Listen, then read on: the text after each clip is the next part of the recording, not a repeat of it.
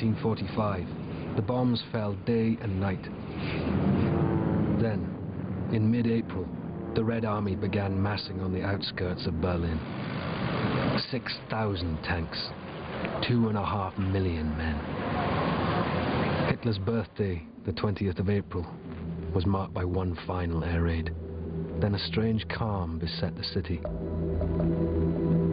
For Berliners sheltering underground, like Walter Süssmilch, the silence was terrifying. Well, there was what they called a battle pause. I don't know what it meant, but they said it was a quiet before the storm, said the soldiers. And so we all waited.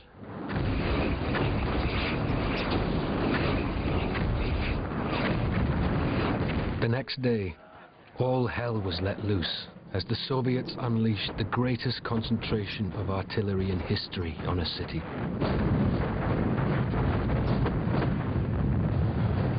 There was no warning, nothing, you know, and you could see those rockets fly over your head, you know, like a black shadow.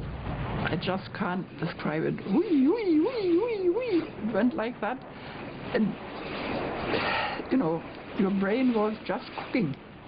I thought, like my brain was cooking from that noise. It was the most terrible noise I've ever heard.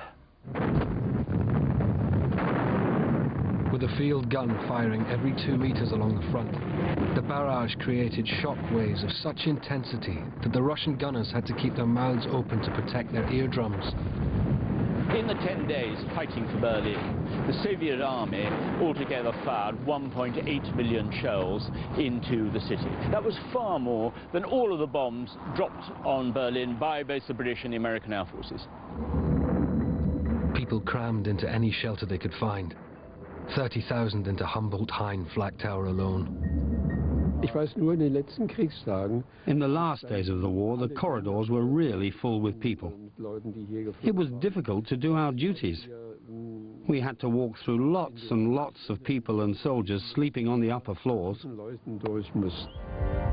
The flak tower blocked their way into the city center, so the Russians fired on it relentlessly.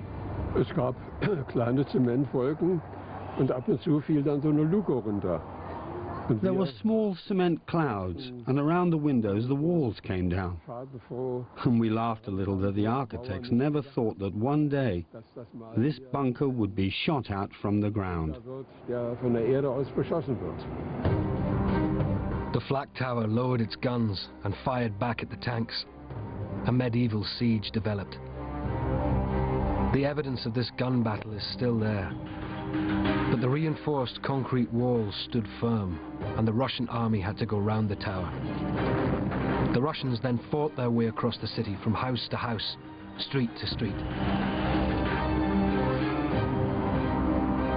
Fighting was particularly fierce in the south of Berlin, at Tempelhof, where the Red Army fought for control of Hitler's prize airfield.